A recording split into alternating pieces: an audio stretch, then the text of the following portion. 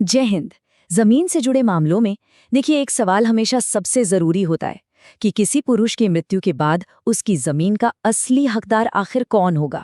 तो आज के इस विश्लेषण में हम इसी कानूनी पहेली को सुलझाने वाले हैं और ये समझेंगे कि एक पुरुष भूमिधर की संपत्ति का उत्तराधिकार किसे और किस क्रम में मिलता है।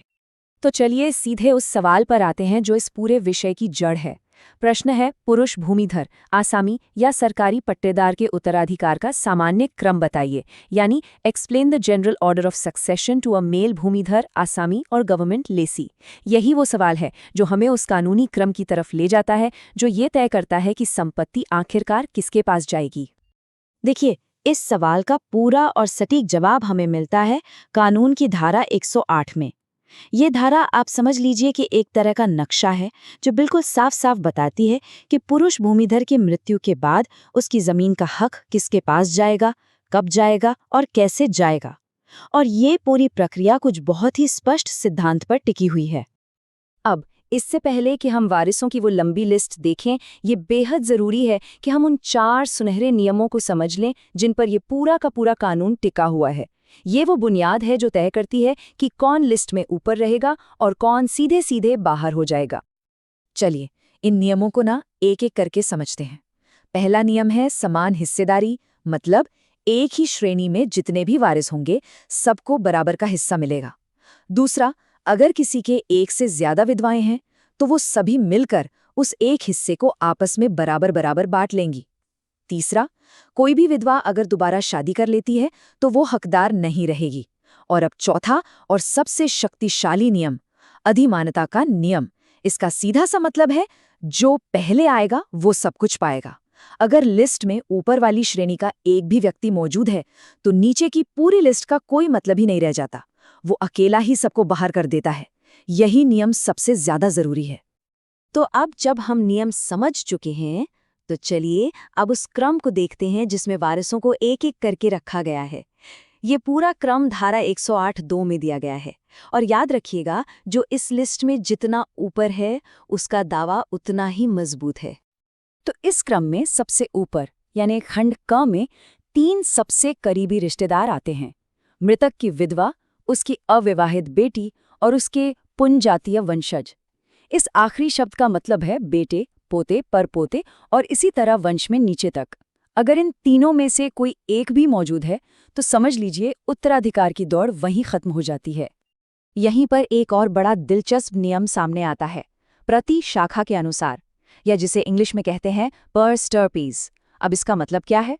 सोचिए, एक पिता के 2 बेटे थे, लेकिन एक बेटे की मौत पिता से पहले ही हो गई। तो क्या उस बेटे का हिस्सा खत्म हो गया? नहीं। कानून कहता है कि उस बेटे का जो हिस्सा था वो अब उसकी अपनी शाखा यानी उसकी विधवा और उसके बच्चों को मिलेगा। वो सब मिलकर ठीक वही हिस्सा लेंगे जो उनके पिता को मिलता अगर वो जिंदा होते। और मान लीजिए अगर सबसे पहली श्रेणी में कोई भी वारिस नहीं है, सिर्फ तभी हम इस क्रम में नीचे उतरते हैं। तो खंड ख में जगह मिलती है मृतक के माता और पिता को। यहाँ एक बात ध्यान देने वाली है कि खंड ग अब कानून का हिस्सा नहीं रहा, उसे हटा दिया गया है। और अगर माता पिता भी नहीं है तब जाके नंबर आता है खंड घ का, यानी विवाहित बेटी का। अगर ऊपर की सारी श्रेणियां खाली मिलती हैं तब हम पहुंचते हैं खंड ढ कर। यहाँ हमें मिलते हैं मृतक का भाई, उसकी अविवाहित बहन और अगर कोई भाई पहले ही गुजर चुका है तो उसका बेटा।